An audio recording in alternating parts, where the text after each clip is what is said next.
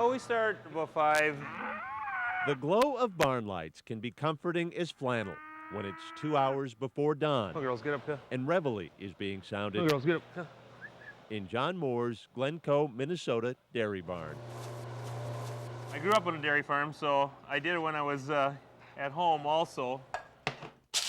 But across the yard from the barn, in a sturdy old farmhouse, another light is on. You have to utilize whatever time you have to get your work done. For as John milks the cows, We both have the same interest. his wife Bonnie goes upstairs and paints them. I used to get up and go out with them, but now I get up and paint. To Bonnie Moore and thousands of people across the country who've purchased her work, nothing says Sublime like a bovine. When you know and understand your subject matter, I think you're better able to portray it. Bonnie wears her credentials like a Holstein wears spots. Former 4-H member, former state FFA officer, These cows are looking real good. a self-taught artist who paints what she knows It's the best time of the day. and knows where she belongs. I'm from a family of 8, and so I wanted a little bigger family. Zachary, Caitlin, Taylor, Amanda, This is my sound sleeper. and Jacob. It's morning time already. Gloves and a happy cap. It is the dairy farm life Bye. Bonnie and John wanted for their kids too, Have a good day. See you tonight. but a lifestyle steadily disappearing from Minnesota. We're losing a beautiful part of our countryside, and that's the small family farm. 60% of Minnesota's dairy farms have gone out of business in the 14 years since Bonnie and John started farming. These barns are all empty around here.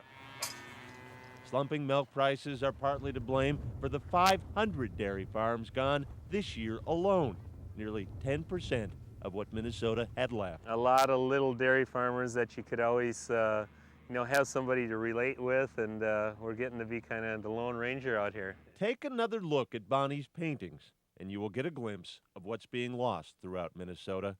But look beyond the canvas, and you will also see the family farm Bonnie is helping to preserve. My goal was to make a living at it. They kid about it, but Bonnie now makes more money painting cows than John makes milking them. Good afternoon, Bonnie Moore Studio. The newest structure on their farm is not a barn, but a spacious studio where 3 employees keep pace with expanding demand for Bonnie's note cards and prints. There's a lot of times I get introduced as Bonnie Moore's husband when we're at an event or at a show where Bonnie exhibits her artwork.